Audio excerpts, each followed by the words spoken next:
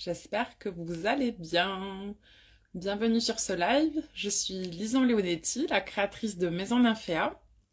Et aujourd'hui, je suis en live avec Audrey Emmett qui va nous rejoindre dans quelques instants. Bonjour Pauline. Donc aujourd'hui, on va faire un live avec Audrey, donc les arts de Vénus, qui va nous partager un petit peu sur son histoire. Coucou Marie, sur son histoire, son parcours et son expertise, ou en tout cas on va dire son sujet de cœur qui est la sexualité sacrée, le féminin sacré. On va l'aborder sous un angle assez élargi. On va parler de fertilité qui est liée à la sexualité.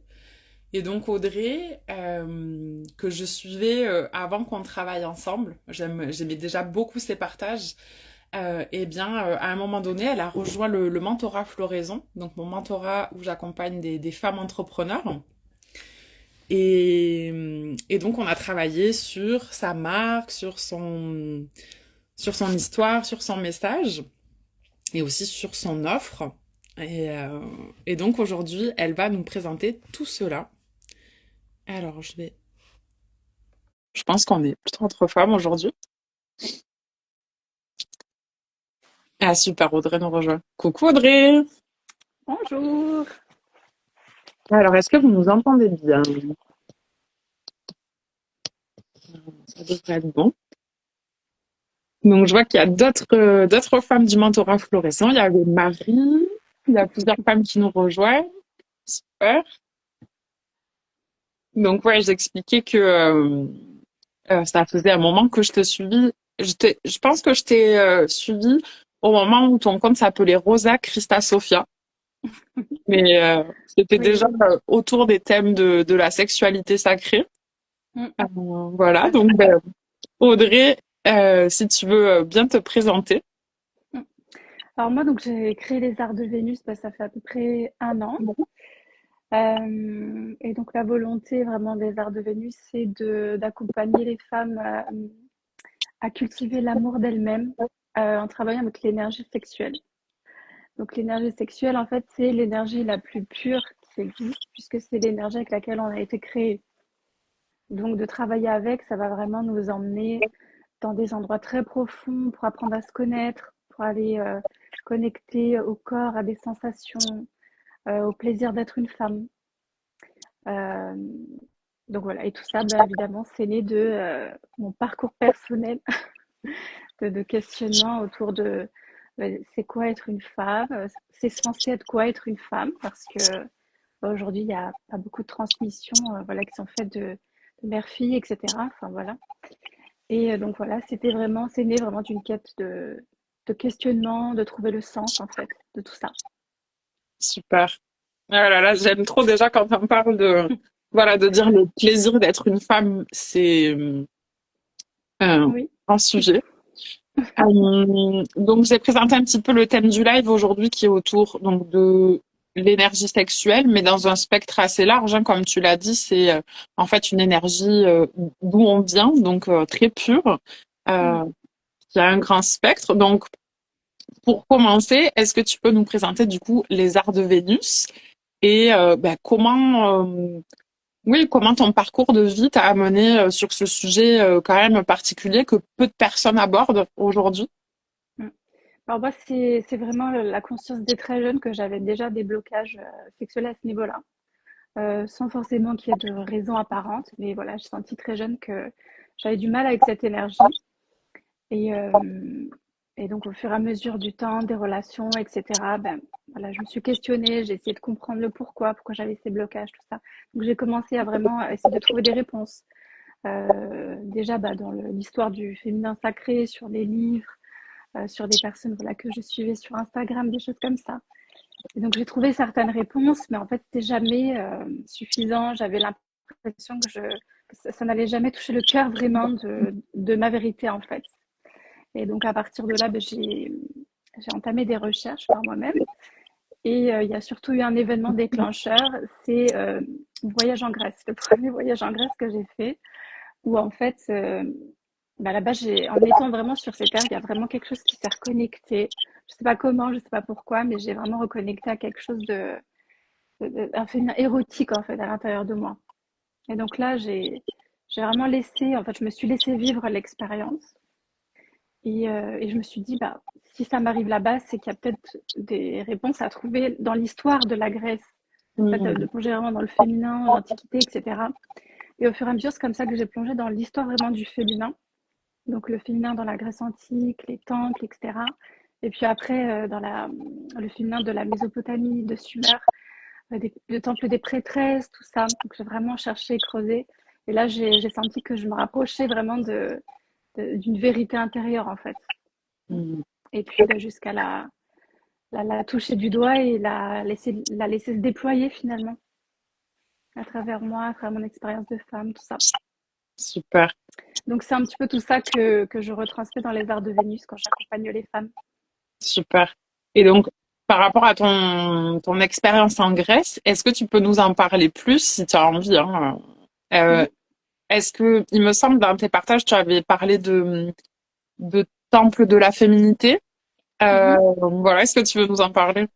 Oui, en fait, c'est le temple de Knossos et en fait, ce temple-là, vraiment, j'y suis allée moi, c'était vraiment dans l'optique de découvrir des vestiges voilà, d'un ancien palais grec.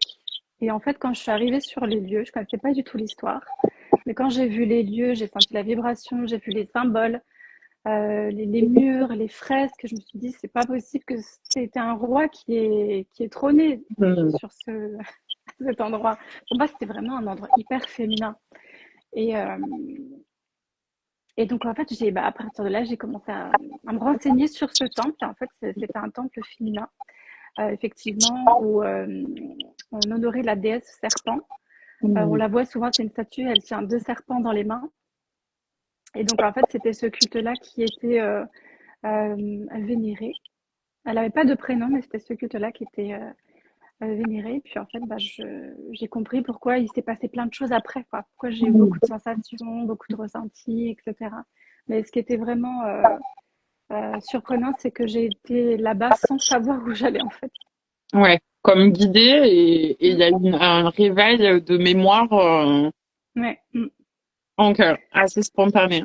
Donc c'est super intéressant.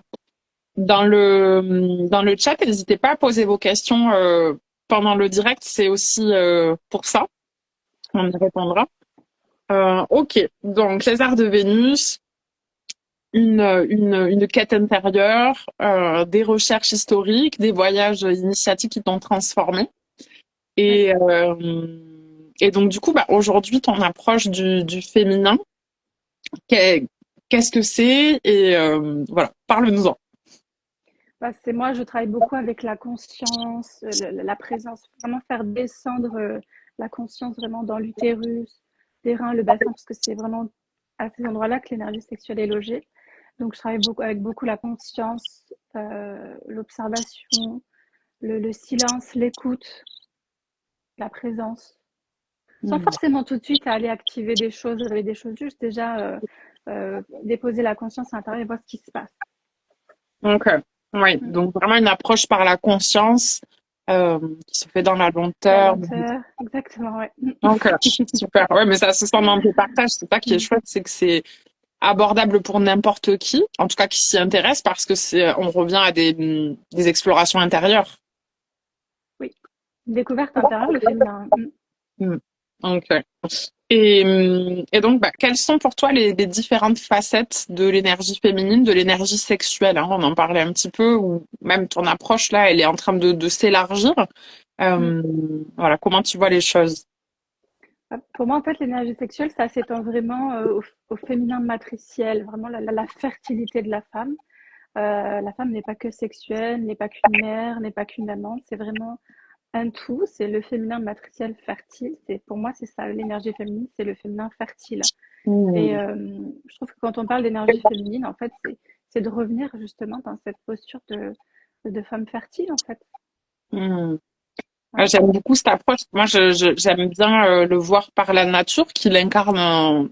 très bien. complètement. J'aime bien aborder la sexualité par cet angle, tu vois, où en fait les lois entre l'agriculture et la sexualité sont assez similaires. Je suis Ça d'accord rejoint avec ce que toi. tu dis. Carrément, ouais. C'est Ouais, tout à fait ça, hein. Mais la terre, juste rien que la terre en elle-même, c'est juste, elle nous enseigne ça, Mm.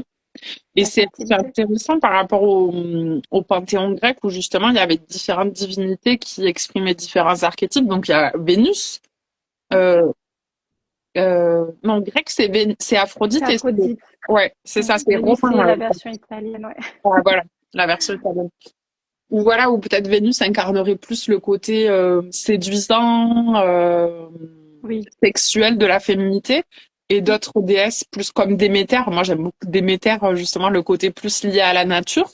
Euh, on en discutait un peu, cette fragmentation du féminin à travers différents archétypes, mais qu'on retrouve aussi dans la société aujourd'hui. Est-ce que tu penses que finalement c'est une bonne chose, une mauvaise chose? Euh, Moi, de ce que je vois dans la société, c'est que souvent, en fait, quand on est maman, parfois on peut s'enfermer dans ce rôle-là, mm, ou quand on est vraiment dans le côté féminin séducteur, on peut aussi s'enfermer dans ce rôle-là. mm, Sauf que pour moi, en fait, on n'est pas que des mamans, on n'est pas que des amantes, on est les deux, en fait. mm, mm. Et on a le droit d'exprimer les deux. Mm, mm. Oui. Oui, oui, oui.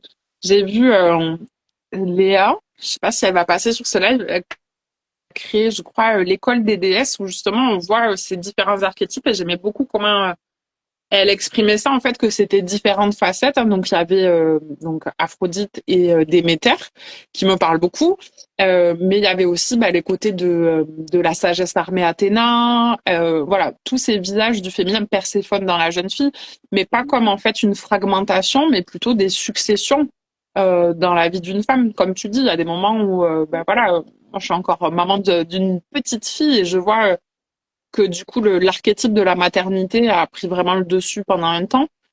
Mais comme tu dis, il peut y avoir le danger de l'enfermement, c'est-à-dire Oui. rester dans une identité, alors qu'en fait c'est plutôt une succession de différentes facettes. Mhm. Mhm. Mhm. On porte de toute façon ce féminin matriciel. En fait, le féminin matriciel, c'est pas que être mère, c'est pas qu'être séductrice, c'est être les deux, en fait. C'est pas choisir. Mm, mm. C'est juste Et à certains moments de vie, on va mettre. Il y a un archétype qui va ressortir plus que d'autres parce que les circonstances font que.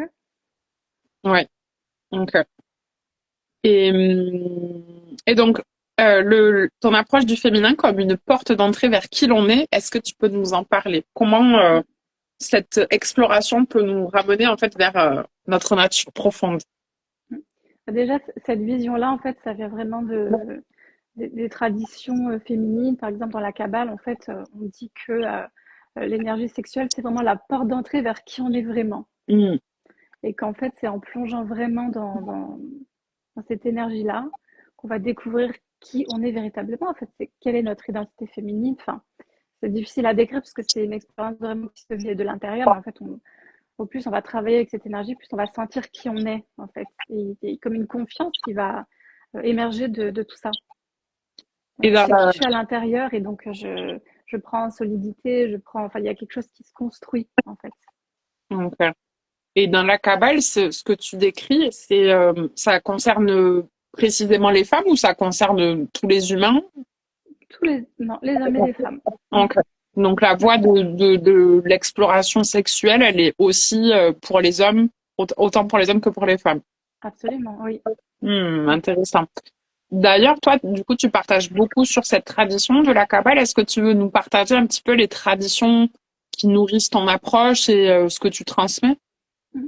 Donc il y a effectivement la tradition mystique de la Kabbale, où là c'est plutôt vraiment le côté hébraïque de la tradition féminine, mais il y a aussi le taoïsme, où là on est plus côté médecine chinoise en fait.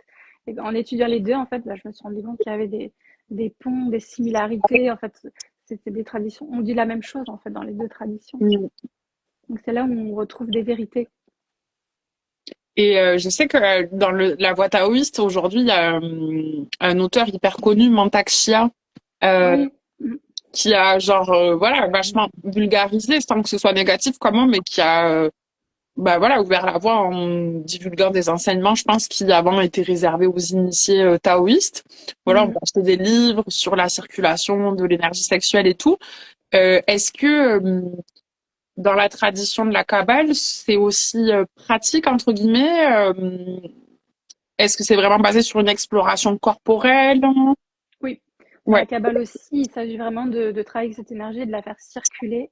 Que ce soit dans la Kabbale ou le taoïsme, en fait, on dit que l'énergie sexuelle, c'est une énergie qui peut guérir en fait au niveau corporel, que ce soit des guérisons émotionnelles, mais même des guérisons physiques, et que c'est une énergie en fait qui doit être en circulation. Et plus en fait elle est en circulation, plus elle va se raffiner. Et en fait, à terme, on va pouvoir en faire une utilisation pour servir la conscience. Hmm. Ouais. Lorsque l'on fait remonter cette énergie vers l'esprit, par exemple, des choses comme Voilà, ça. le troisième œil, le chakra couronne, etc. Ouais. Ok. Mm. Donc ça, c'est identique en fait dans la tradition de la Kabbale et du taoïsme. Oui. Ah, c'est incroyable. Est-ce que tu étudies d'autres traditions qui parlent de ça? Non, c'est les seuls, en tout cas, qui m'ont attirée. Hmm. Donc, c'est vraiment avec ces deux-là que je nourris ma curiosité. Ouais. Peut-être aussi que les enseignements pratiques, voilà, sur comment le faire concrètement, sont peut-être pas disponibles. Est-ce que en Grèce antique, peut-être que c'était pas consigné à l'écrit ou des choses comme ça? Non, il n'y a pas beaucoup de pratiques dans la Grèce antique, ni même dans la Kabbale, il n'y a pas du tout de pratique par rapport à ça. Hmm. C'est vraiment dans le taoïsme, là, par contre, et le tantra aussi, je pense, il y a beaucoup de Hmm. pratiques qui vont réveiller cette énergie-là, nous apprendre à comment travailler avec. On a de la chance parce qu'il y a encore des traces. Ouais, mais carrément, Mm. carrément. Mais c'est vrai que c'est rigolo quand on voit, voilà, qu'aujourd'hui c'est la sagesse taoïste sur ces sujets, elle est disponible alors qu'il y a quand même peu d'ouvrages. Euh, ouais, il y a bien sûr la tradition tantrique. Ça, c'est une tradition dans laquelle tu transmets moins. Dans le tantra, Oui, le tantra. non, je pense qu'il y a autant de transmission que le taoïsme. En tout cas, c'est vrai que quand je regarde les réseaux sociaux, c'est un peu les deux qui ressortent Ouais, le ouais, plus. ouais. Mais c'est vrai que les partages liés à la Kabbale sont moins communs. J'ai beaucoup moins Mm. vu. Oui, parce que c'est plus tourné vers le côté mystique juif, religieux, etc. en fait. Ouais, Mm. ouais. Alors que c'est super intéressant. Ok.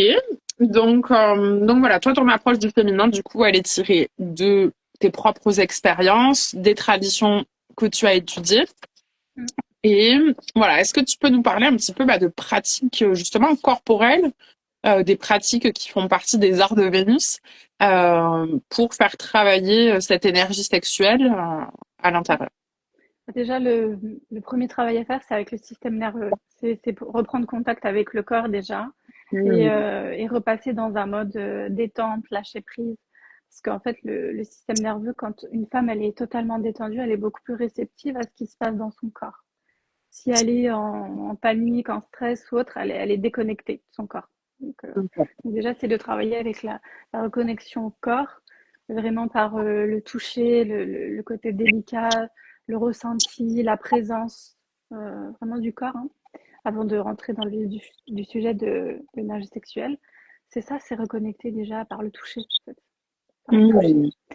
Hmm. Moi, ce que j'aime beaucoup faire, c'est la pratique avec le voile de soie, c'est une pratique très féminine et c'est hyper agréable sur la peau, donc ça, je conseille.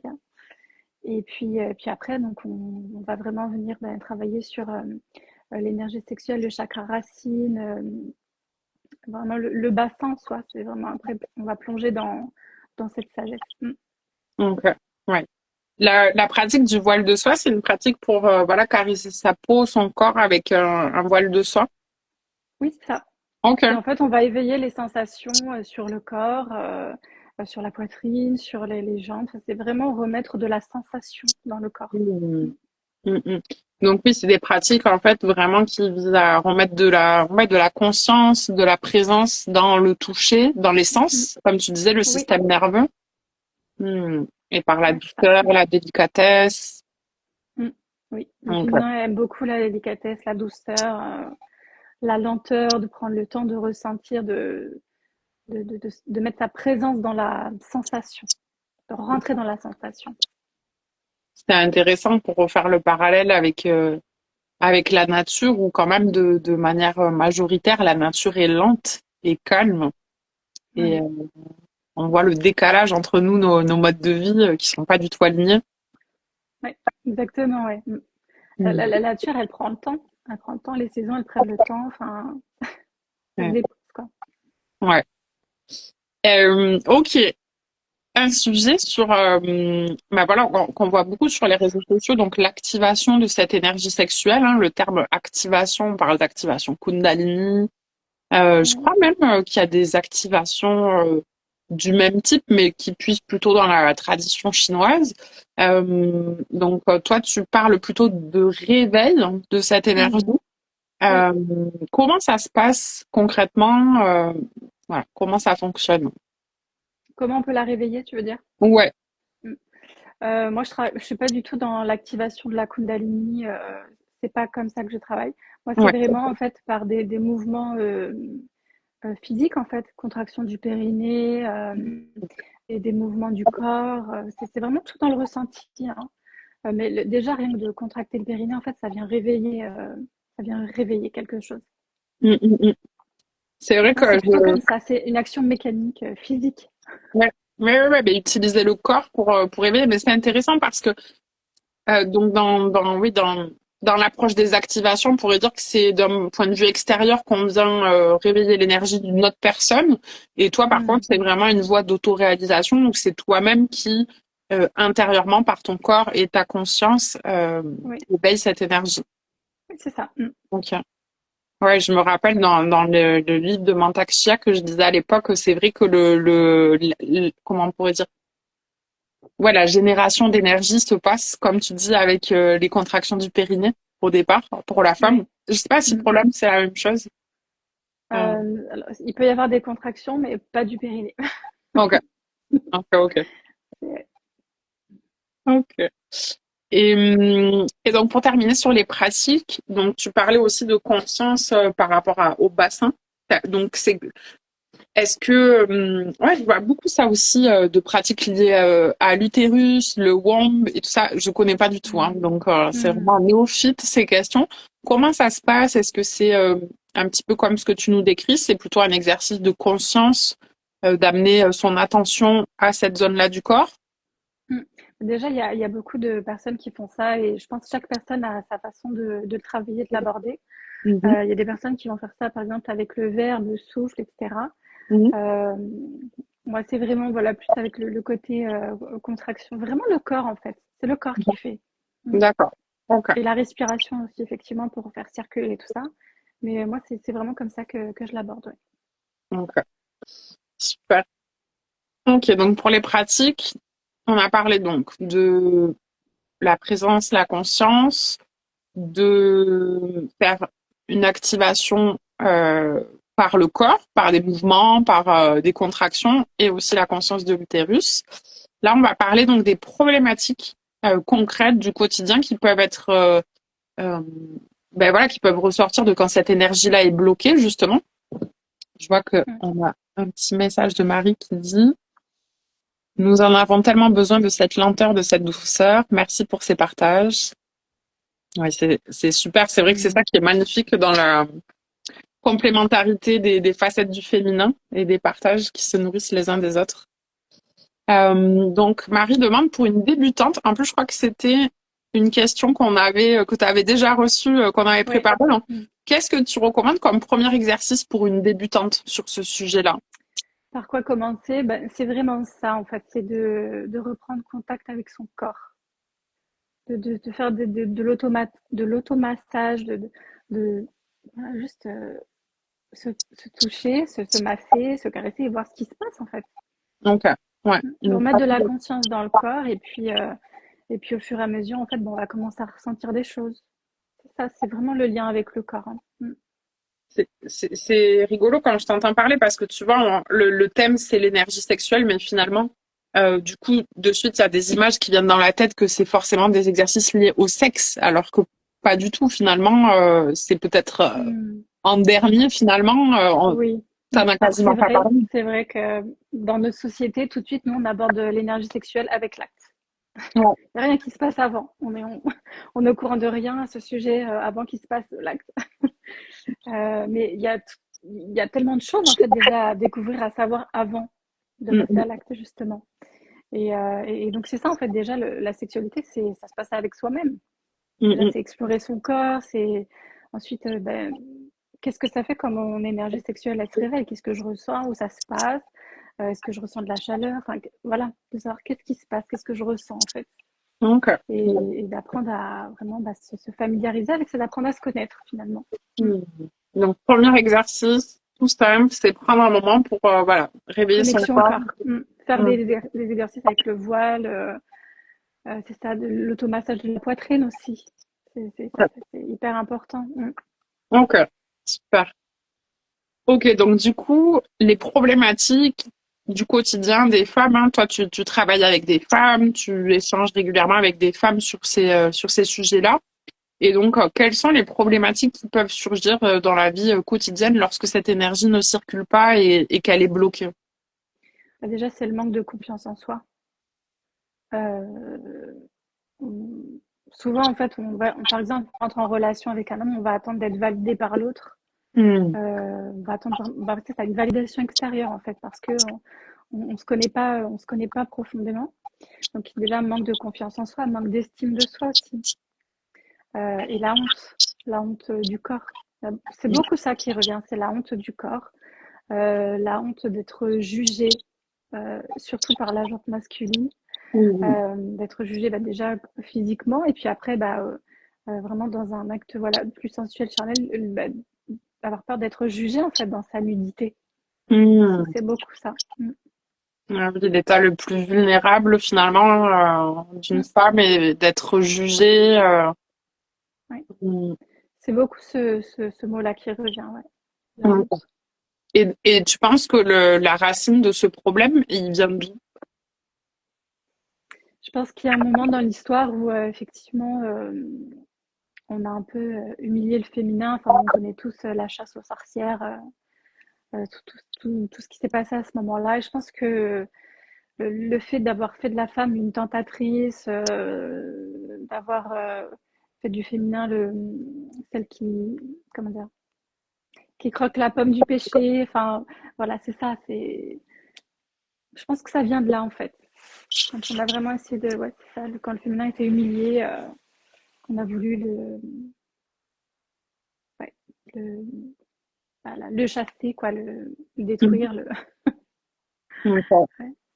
Et oui, c'est dingue parce que c'est vrai que c'est un problème hyper prégnant aujourd'hui.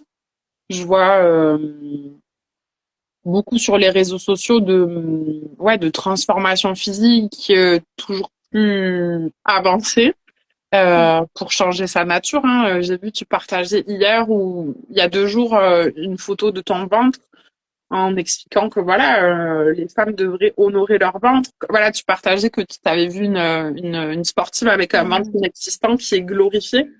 Oui. Mm. Tu sais, j'avais même vu des partages quand j'étais enceinte, tu sais, de femmes enceintes dont on voit les abdos, ce qui me paraît dingue d'y repenser. Et tu vois que c'est des images qui impriment après la psyché des gens et ça fait des référentiels. Et Mm. tu vois, un exemple comme le ventre, c'est tellement déjà original que tu partages ça, juste de dire, ben voilà, un ventre sain de femme, il est rond, on est comme ça. Mm. Mm. Mais Ouais. la nature féminine est maintenant tellement transformée, tellement changée justement pour plaire. C'est un peu bizarre, hein. En fait, c'est parce qu'on a fait vraiment du corps de la femme un objet sexuel. Faut pas Ouais, se leurrer. Il y a un ouais. moment dans l'histoire où ça a été ça, en fait, hein, le corps des femmes est devenu un objet sexuel. Mm, mm.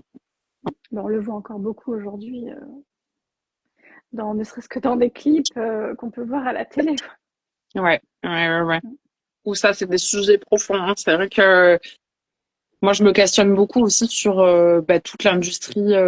J'ai vu des stats la dernière fois, j'étais assez choquée. Je crois qu'aux États-Unis, tu vois, c'est 7 ou 8 hommes sur 10 qui sont abonnés tu sais, à OnlyFans, aux abonnements de prostitution en ligne, entre guillemets. Et Mm. j'étais choquée des stats parce que je trouve que c'est quand même énorme. Je veux pas dire de bêtises, mais en tout cas, c'était choquant de ce ressort-là. Mm. Mm. Et ouais, je sais pas, j'avais l'impression qu'il y avait un éveil de conscience collectif sur ce que tu décris, hein, que le corps de la femme est devenu un objet, mais en fait, j'ai l'impression que ça va pas dans le bon sens. Oui, parce Euh, qu'en fait, les sites comme ça, on a accès au corps de la femme finalement facilement. En fait, on paye et hop, on a un corps qui se dénude en face, on a quelqu'un qui fait ce qu'on veut qu'elle fasse. Et c'est parce que c'est facile, c'est la facilité. mm, Alors que rencontrer une femme dans la vraie vie, bah, ça demande de savoir l'aborder, un peu de délicatesse, de faire attention. Enfin, c'est la facilité en fait, tout simplement. ouais, ouais, c'est vraiment intéressant. Tu nous partageras peut-être un peu plus tard sur justement ouais, la symbiose entre le masculin et le féminin. Je pense que c'est intéressant de l'aborder. Euh, Ou voilà, toi, dans ton univers autour de la sexualité sacrée, du féminin sacré, est-ce qu'il y a il y a des hommes, non, qui regardent beaucoup tes partages? Il y en a certains qui sont effectivement curieux, qui se questionnent, qui se posent des questions, qui sont bah, aussi en quête, bah, eux, de comprendre en fait leur sexualité finalement. Ouais. Mm. Ouais, ouais, ouais. Et est-ce que, ouais, est-ce que il y a tu sens le même mouvement, tu vois, que par exemple, le féminin sacré redevient un sujet que beaucoup de femmes étudient, prennent au sérieux. Alors, féminin sacré, il peut y avoir différentes significations, hein, mais de manière générale, quand même, il y a une grosse partie des femmes qui s'intéressent à ces sujets, qui retournent à l'intérieur. Est-ce que tu sens le même engouement chez les hommes, le même mouvement collectif? Alors, c'est peut-être pas autant que les femmes, mais en tout cas, Mhm. il y a des hommes effectivement qui ouvrent des espaces et Mhm. effectivement où les hommes qui s'inscrivent dans ces espaces-là, ils sont en quête effectivement de sens, de compréhension, de curiosité. Ils veulent comprendre en fait bah, qui ils sont, Mhm. tout Mhm. simplement. Et Ok. ce que l'énergie sexuelle en fait et ce qu'ils peuvent faire avec en fait, comment ils peuvent l'utiliser bah, d'une autre façon que ce qu'ils ont appris. Mhm. Mhm. Donc oui, il y a une conscience qui s'éveille aussi sur le masculin, oui. Ok. Ok, donc on a parlé un petit peu des problématiques qui pouvaient être liées à cette énergie bloquée. On a parlé, ouais, de la honte. Ah, aussi un point important dont tu m'avais parlé, c'est que une problématique que rencontrent beaucoup de femmes, c'est lié à l'état de survie. Mm. Et ça, c'est lié au système du coup nerveux, hein. Mm, C'est que bah, déjà, donc il n'y a pas eu de transmission mère-fille sur vraiment l'énergie sexuelle, sur comment entrer en relation avec l'autre. Enfin voilà, on n'a pas du tout de connaissances par rapport à ça quand on est une femme. Et, euh, et donc j'ai oublié ta question. Pardon, non, non, je rebondissais en disant, voilà, un phénomène que peut vivre une femme déconnectée de cette énergie-là, c'est Oui, la survie, du coup. ouais. Mm. Euh, Et puis bah, le rythme, le stress, la surcharge, enfin, le quotidien d'aujourd'hui, en fait, c'est quelqu'un qui épuise les femmes, en fait, faut se le dire. Faut se le dire. ouais, Quand, par exemple, tu es seule avec un enfant, que tu dois aller travailler, que tu es seule à tout gérer, faut pas se leurrer, tu es épuisée à la fin de la semaine. ouais, ouais, ouais. Et Mm. donc, ça te plonge dans cet état de survie qui fait que, oui, ce que tu partageais, que la lenteur, le fait d'habiter son corps pleinement dans le calme et la lenteur, en fait, Mm. c'est complètement à l'opposé de nos modes de vie. Donc, Ouais. Mm.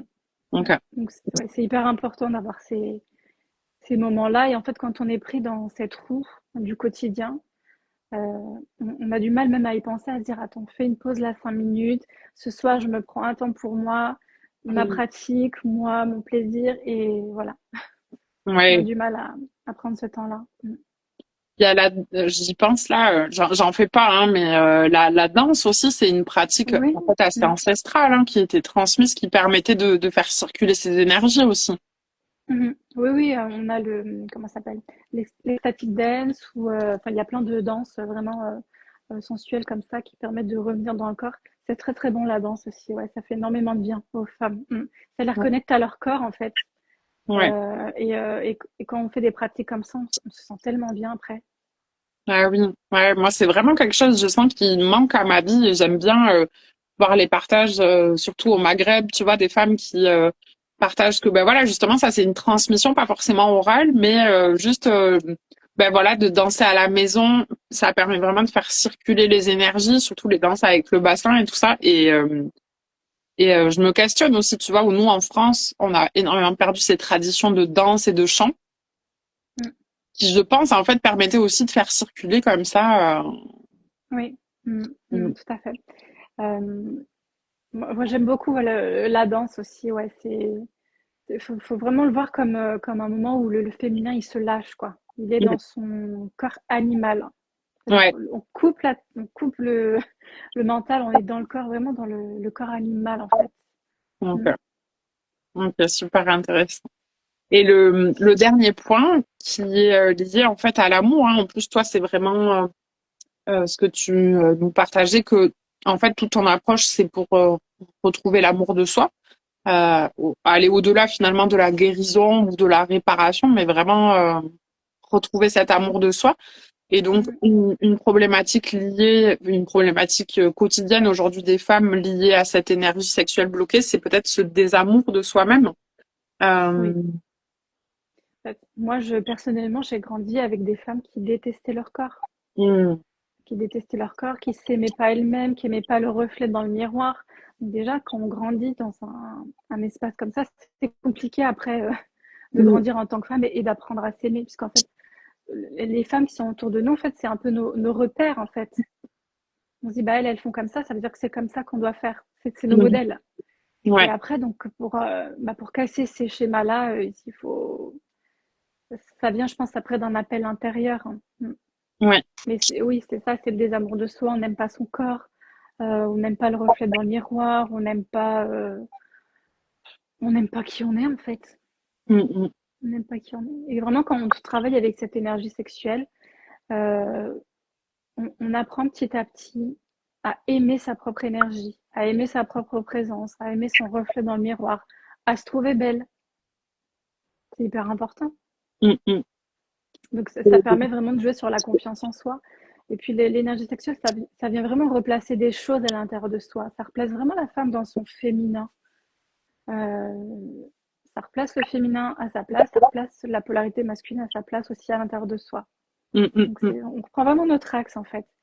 Et, euh, et c'est ça. Et l'énergie sexuelle, c'est une énergie qui s'explore dans la lenteur, dans le. C'est ça. C'est très lent. C'est très lent. Ça se diffuse. Mm. Pour moi, c'est Ok, comme ça que je le vis en tout cas. super. Donc toi, de ce que tu nous partages, en fait, c'est ça, c'est de réinstaurer ce lien avec cette énergie par la douceur, la lenteur, le toucher, le Mm. corps. Pour Et, reprendre le plaisir en fait, reprendre du plaisir à être dans son corps et prendre du plaisir à être une femme en fait. mm, mm. Et ouais, voilà, pour toi, qu'est-ce que c'est justement ce plaisir d'être une femme? Comment tu pourrais l'exprimer? C'est le plaisir de se ressentir dans un corps de femme, d'avoir des sensations de femme, de prendre soin de soi, de prendre le temps, voilà, qu'on se fasse nos crèmes, de prendre le temps de se toucher, c'est ça, c'est d'apprécier son corps, ses sensations, d'être dans le plaisir. Moi, je pense que vraiment l'émotion que la femme, elle aime le plus, c'est être dans le plaisir. Ouais, c'est intéressant ça. C'est ce qui nourrit, enfin, en tout cas, moi, c'est ce qui me nourrit le plus. Je sais qu'il y a d'autres femmes qui sont aussi beaucoup nourries par ça. Je parle le plaisir sain, bien sûr. Bien sûr. Ouais, c'est intéressant. C'est vrai que la dernière fois, là, j'ai essayé de faire une approche de ça, de l'énergie féminine dans l'entrepreneuriat. Et tu vois, par exemple, la dimension de plaisir, c'est, tu vois, quand tu regardes l'entrepreneuriat comme il est transmis de manière générale, le plaisir n'en fait pas partie. Enfin, en tout cas, pas dans cette dimension-là, de vraiment apprécier, de jouir de ce que tu fais, sans que ce soit sexuel, mais c'est vraiment cette notion ouais, de plaisir que tu expliques. Et je me rends compte que c'est vraiment gommé de plein de sphères de vie, en fait. Hein. Mais Ouais, quelle tristesse de faire quelque chose qui nous fait pas plaisir. ouais, Quelle ouais. tristesse. Mais c'est super intéressant. Ouais, cette notion ouais, du féminin, du plaisir. Et c'est rigolo parce que justement, dans la nature, c'est difficilement perceptible, ça, le plaisir, tu vois. Dans la nature, c'est difficile à observer, Mm. à, à palper. Alors moi, tu vois, ça, le plaisir dans la nature, je le vois, par exemple, une fleur qui est en train d'éclore. Ouais. Pour moi, ça, c'est la jouissance de la nature, tu Ouais. vois. Oui, oui, oui, oui. C'est ça. Mais c'est vrai que je prends Mais même souvent intérieurement, c'est ce ressenti-là, en fait, aussi, quand tu travailles avec l'énergie sexuelle, c'est que tu sens qu'il y a quelque chose qui est en train d'éclore, qui s'ouvre, qui est en train de jouir intérieurement vraiment du plaisir d'être, en fait. Ouais. D'être. C'est vrai que les fleurs, on oublie souvent, mais ce sont des sexes, en fait. Et c'est vrai qu'il y a Mm, ce côté sexuel partout dans la nature qu'on oublie, mais parce que je pense qu'on voit les choses d'une certaine manière complètement déconnectée, hein. mm. Mais Je me souviens une fois, j'avais acheté des pivoines qui étaient fermées mm, et quand elles se sont ouvertes, mais c'est vraiment la jouissance suprême, quoi. Elle s'ouvre tellement. C'était incroyable. Je me suis dit, c'est ça en fait. Oui, c'est hyper féminin en fait, une fleur qui est en train d'éclore. mm. Donc, Mm. super. Donc, du coup, on a parlé de ton approche du féminin, des pratiques qui pouvaient bah voilà, remettre en contact.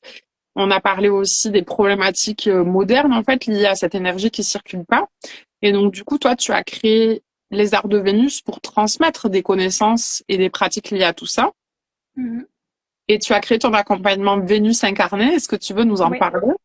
oui. Donc Vénus incarnée, c'est un programme individuel de 3 mois où en fait, donc il y a des rencontres, voilà, qui se font plusieurs fois en visio, et donc en fait, on va venir faire des pratiques justement pour aller remettre la conscience dans le corps, remettre la conscience dans l'utérus, réveiller cette énergie et puis travailler avec justement pour en faire un outil d'amour de soi, de finalement, bah, c'est ça, jouir d'être une femme, quoi. Donc, Mm. ouais, c'est chouette le nom que tu as choisi. Est-ce que tu veux nous en parler? Je pense qu'en plus, tu as dû chercher un moment, non? Tu as dû chercher un moment. Pourquoi Vénus incarnée? Alors, bah, Vénus, parce que pour moi, en fait, c'est vraiment, ça représente tout le féminin, en fait, l'énergie féminine en soi, c'est Vénus. Et pourquoi incarner? Bah, tout simplement parce que incarner, ça signifie dans la chair. Hmm.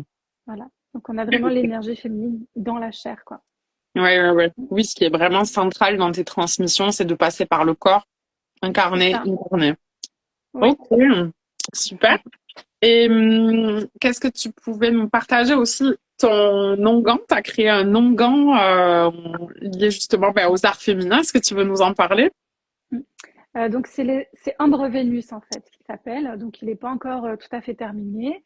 Mais Ok, donc, ça ressemble à ça. Et donc, en fait, c'est une super. huile qui est très, très ambrée, en fait. C'est vraiment pour vraiment se sentir.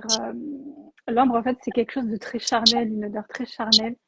Donc, il n'y a pas que ça dedans, mais ça aide vraiment, bah, justement, le côté olfactif, sensuel, sensoriel.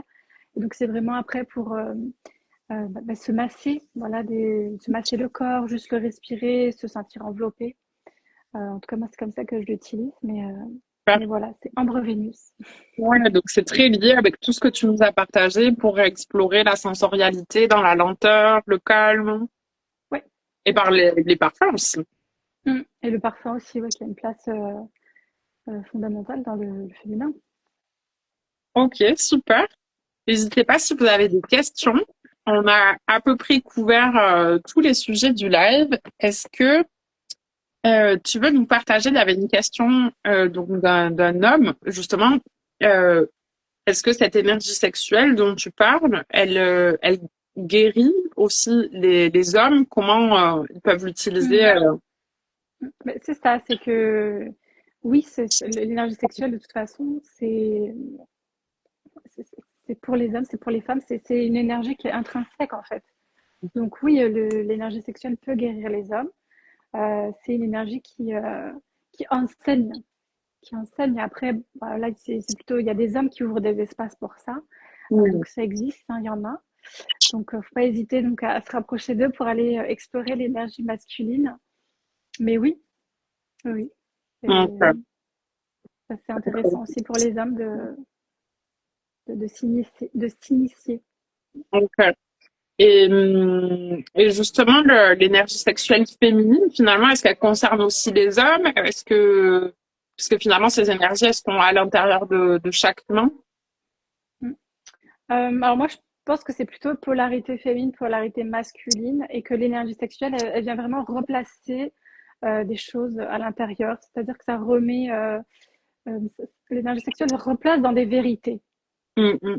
Ça replace au cœur des vérités. Après, on va peut-être pas le vivre pareil si on est un homme ou une femme. Mais Ouais. en tout cas, ça, ça remet dans une vérité, une vulnérabilité, etc. Ok, super. Est-ce qu'il y a des questions? Je remonte un petit peu. Je crois que c'est bon, on a tout vu. Est-ce que tu veux rajouter quelque chose, nous partager d'autres choses?